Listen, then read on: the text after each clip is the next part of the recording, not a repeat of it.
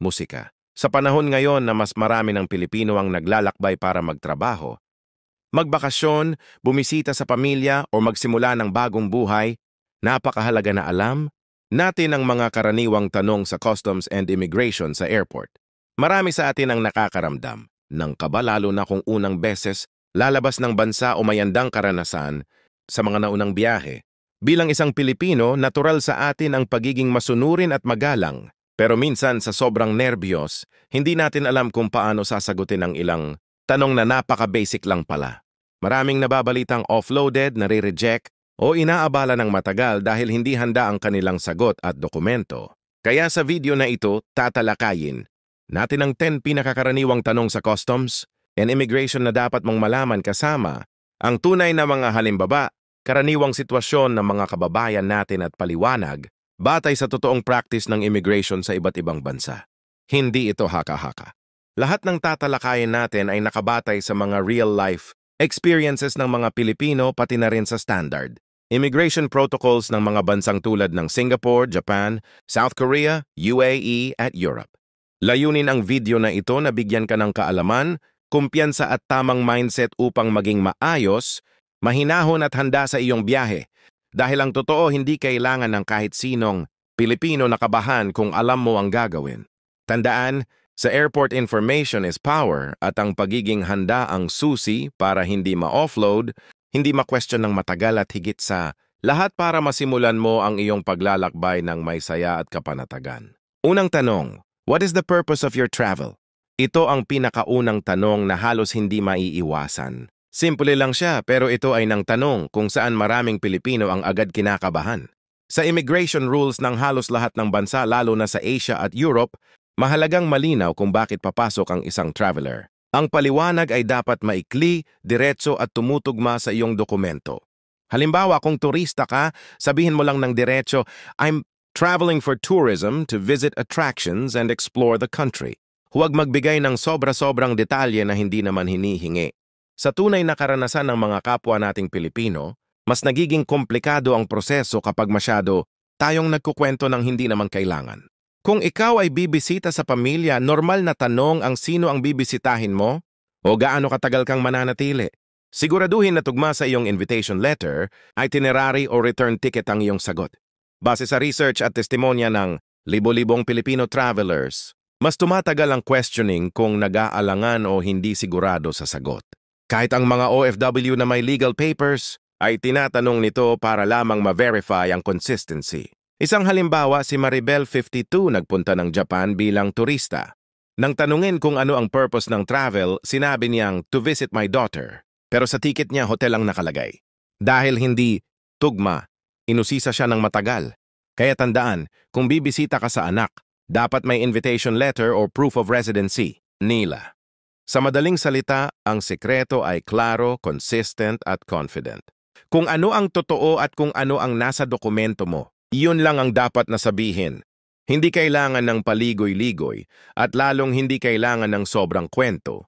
Pangalawang tanong, how long will you stay? Ito ang pangalawang pinaka-common na tanong. Simple lang pero dapat laging nakabase sa iyong return ticket. Sa immigration systems ng karamihan sa bansa, tinitingnan nila kung ikaw ba ay may balak tumakas o mag-overstay. Kaya, siguraduhin kabisado mo ang petsa. Hindi kailangang eksaktong oras pero dapat malinaw.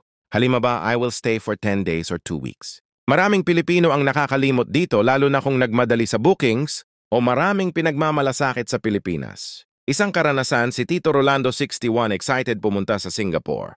Nang tanungin kung gaano siya katagal, sumagot siya ng depende po, baka 1 linggo, baka 2 linggo. Naghinala ang officer dahil hindi ito tugma sa return ticket. Resulta, mas mahabang questioning. Research sa Travelers Forums at Immigration, reports ay nagsasabing ang inconsistency ang one reason kung bakit tumatagal ang verification. Kaya ang pinakamainan, memorize your travel dates. Kung may itinerary ka, mas maganda. Kung business trip, kadalasan tinatanong kung kailan ka babalik para matiyak na hindi ka magtatrabaho ng walang permit. Kung ikaw ay turista, normal lang din tanungin kung saan-saan ka pupunta. Hindi ito interrogation. Gusto lang nilang malaman kung handa ka at hindi ka wandering tourist na walang direksyon. Ang immigration ay trained para obserbahan ang mga taong nag-aalangan o hindi sigurado. Kaya kapag kabado ka, Huminga lang ng malalim at sagutin ng kalmado. Huwag kang magsabi ng hindi ko po sure, di pula agad ito sa mata ng officer. Ang pinakamahalagang prinsipyo, kung ano ang nasa ticket, iyon ang sasabihin. Kung nanonood ka pa rin ng video na ito at nakakatulong sa iyo ang mga impormasyong ito, paki-comment ng numero 2 sa ibaba para malaman kung nandito ka. At kung hindi ka pa nakasubscribe, ire-recommend akong mag-subscribe ka at iyon ang bell notification para hindi mo makaligtaan ang mga susunod na videos. Ang iyong suporta ay tumutulong sa amin na makagawa pa ng magagandang content para sa iyo. Ngayon, magpatuloy tayo. Pangatlong tanong, where will you stay? Normal sa imigrasyon na itanong kung saan ka tutuloy. Para sa mga Pilipinong turista, 2 sagot ang karaniwan. Hotel ka mag-anak. Kung hotel, siguraduhin na may booking confirmation ka.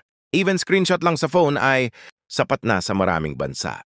Sa research ng Philippine Travel Agency, 7 sa 10, Filipino travelers ang nakaka-experience. Nahilingin ang hotel booking, lalo na sa Japan, Korea at Schengen countries. Kung bibisita ka sa kamag-anak, dapat may invitation letter, address at contact number ng taong tutuluyan mo. Marami ng Pilipino ang na-offload dahil sinabi nilang sa friend po pero hindi nila alam ang exact address. Tandaan, kung hindi mo alam ang address, iisipin nilang hindi ka legit visitor. Halimbawa, si Anna 34 pupunta sa South Korea. Nang tanungin kung saan siya titira, sinabi niyang sayon po ang gupo sa kaibigan ko. Tinuloy siya pero hiniling ng officer ang full address. Buti na lang at nakasulat sa notebook niya. Kung wala yon, malamang na-offload siya. Based sa global immigration protocols, ang travelers na walang malinaw na accommodation plan ay itinuturing na potential risk either mag-o-of stay o magtatrabaho ng illegal. Kaya ang payo ng mga immigration experts, alamin ang kumpletong address bago lumipad. Kung ikaw ay OFW, ibang proseso dahil may employer accommodations kang nakaayos. Pero kahit OFW, tinatanong pa rin minsan para ma-verify ang consistency. Hindi kailangan ng fancy hotel para maging credible. Ang mahalaga, may malinaw kang place of stay. Kahit budget hostel, okay. Kahit Airbnb, okay. Kahit bahay ng pinsan, okay. Basta alam mo ang detalye. Sa huli, ang tanong na ito ay para lang masiguro na hindi ka homeless tourist na pwedeng maging liability sa bansa na pupuntahan. Pang-apat na tanong, how much money are you bringing with you? Ito ang tanong na madalas magdulot ng kaba sa mga Pilipino, lalo na kung first-time travel. Sa maraming bansa, Japan, Singapore, South Korea, at lalo na Europe. Mahalaga sa imigrasyon na malaman kung may sapat kang pera para sa buong biyahe. Hindi ibig sabihin na dapat milyonaryo ka, pero dapat reasonable at realistic ang laman ng budget mo. Base sa travel research, karamihan ng bansa ay may tinatawag na daily travel budget requirement. Halimbawa, sa Europe, maaari itong 60 to 100 euros per day, depende sa bansa. Hindi ka nila hihingin ng eksaktong halaga pero gusto nilang malaman kung hindi ka magiging financial burden habang nandoon ka. Sa karanasan ng maraming OFWs at turista, hindi naman madalas hinahanap ang pera mismo. Mas madalas ang tanong ay para malaman kung ikaw ay financially prepared. Halimbawa, pag tinanong ka ng officer kung magkano pera mo, pwede mong sabihing, I have enough for my 7-day trip, including accommodations and food. I also have my ATM and credit card as backup. Isan. Tunay na kwento, si Benji 45 nagpunta sa Taiwan na may dala pa 8,000 at umaasa sa debit card. Nang tanungin kung magkano ang pera niya, kabadong sumagot. Dahil sa tension, parang hindi convincing ang tonya. Inabala siya ng officer at tinanong kung may bank statement siya. Mabuti na lang may photo siya ng kanyang bank balance. Lesson hindi required pero malaking tulong kung may backup proof. Hindi ibig sabihin na dapat magpakita ka agad ng pera basta maging malinaw at confident na may sapat ka para sa trip mo. Kung kaya mong magbigay ng rough estimate, mas mabuti. Iwasan ang hindi ko po alam. Dapat handa ang sagot pang 5 tanong. Do you know someone in this country? Ang tanong na ito ay madalas na sensitibo. Para sa mga Pilipino dahil marami sa atin ay may pamilya, pinsan, kaibigan o kapitbahay sa abroad. Hindi masama na may kilala ka sa bansa pero dapat totoo ang isasagot mo. Sa immigration, mahalaga ang honesty dahil ang pagsisinungaling tungkol dito ay itinuturing na red flag. Kung turista ka at may kakilala pero hotel ka, nakabook, pwede mong sabihin, I have friends here, but I'll be staying in a hotel. Marami ng Pilipino ang nahirapan sa questioning dahil nagkamali sa ganitong detalye. Ang iba naman ay natatakot. Magsabi na may kamag-anak dahil baka isipin ng officer na magtatrabaho sila ng illegal. Pero ayon sa research at testimonya ng frequent travelers, mas malala ang epekto kapag nahuli kang nagsisinungaling. Halimbawa si Rika 20, nagpunta sa Dubai. May auntie siya doon pero gusto niyang magmukhang turista kaya sinabi niyang wala siyang kilala. Nang tanungin siya kung bakit may UAE number siya sa phone at bakit maraming messages tungkol sa pickup arrangements, doon siya nahirapan. Tinanggap pa rin siya pero muntik na siyang ma-offload. May mga pagkakataon din na kailangan ng contact details ng taong kilala, lalo na kung doon ka titira. Sa mga bansang gaya ng Australia at Canada, normal ang verification na ito. Kung wala ka naman talagang kilala at turista ka lang, simple lang ang sagot.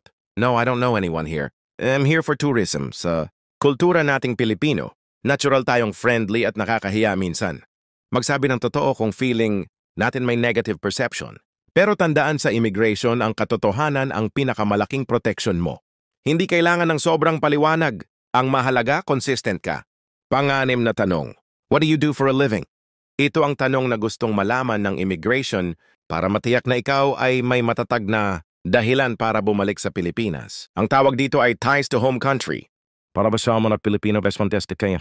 Pinaka-importanting tanong dahil kung hindi convincing ang trabaho mo, mas malaki ang chance na pagdududa kang maghanap ng illegal work abroad. Kung employed ka, dapat malinaw ang sagot. Halimbawa, I work as a cashier at the BLA for 3 years. O kaya I'm a teacher at law.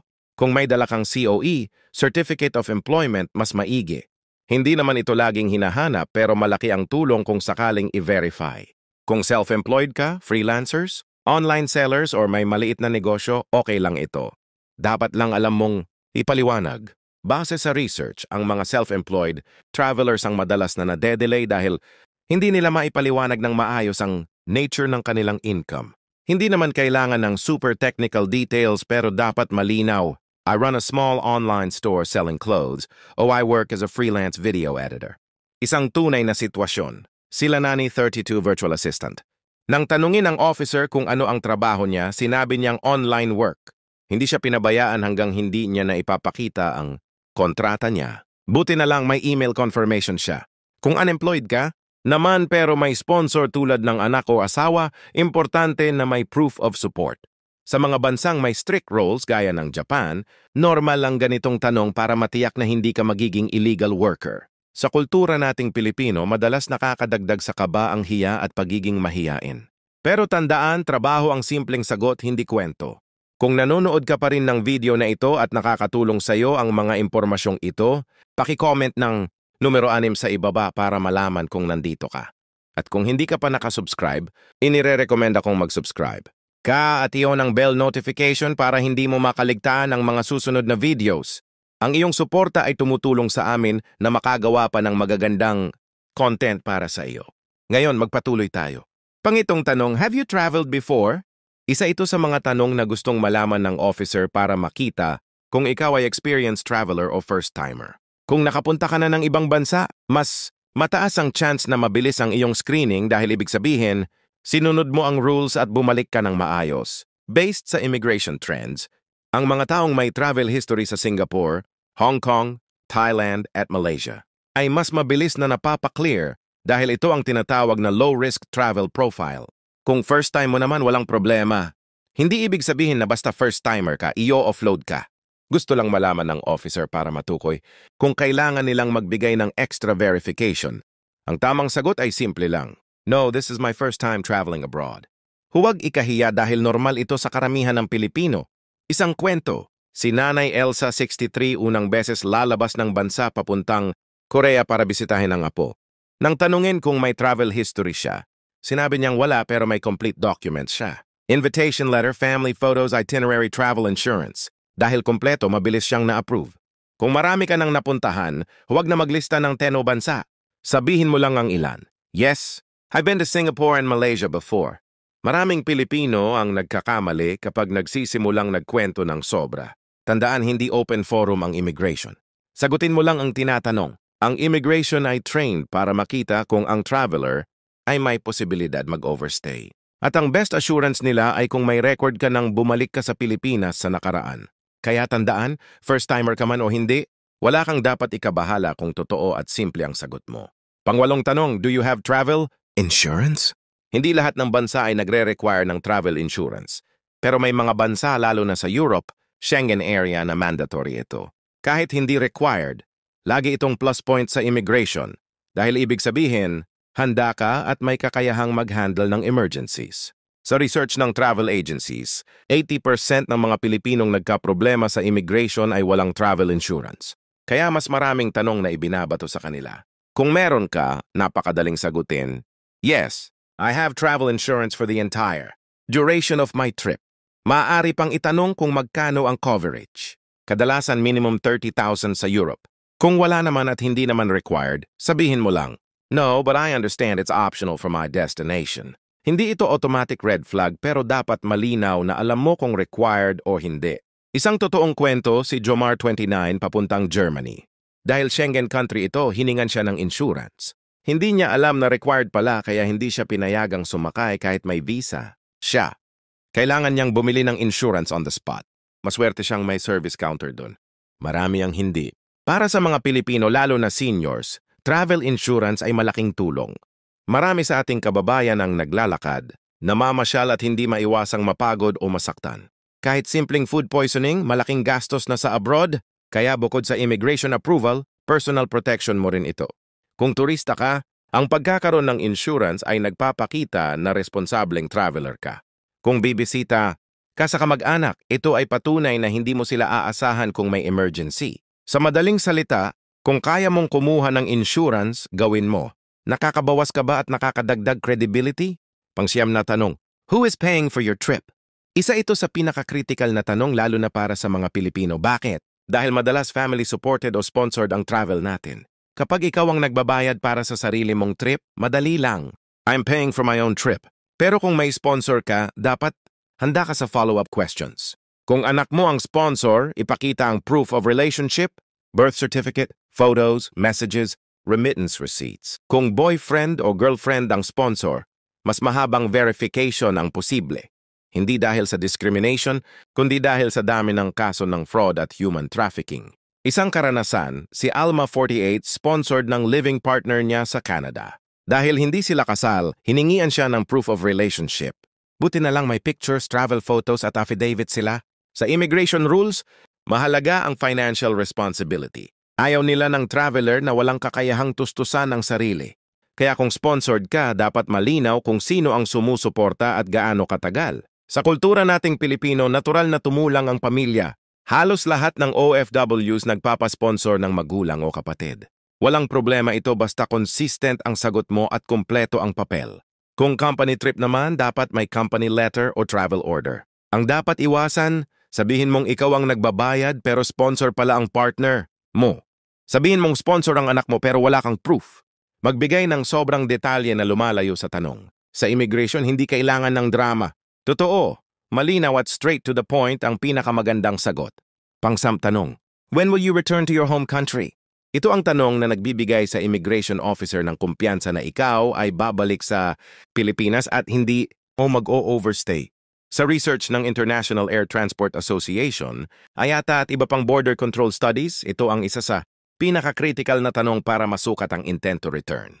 Kaya napakahalaga na ang sagot mo ay diretso, malinaw at hindi nagdududa.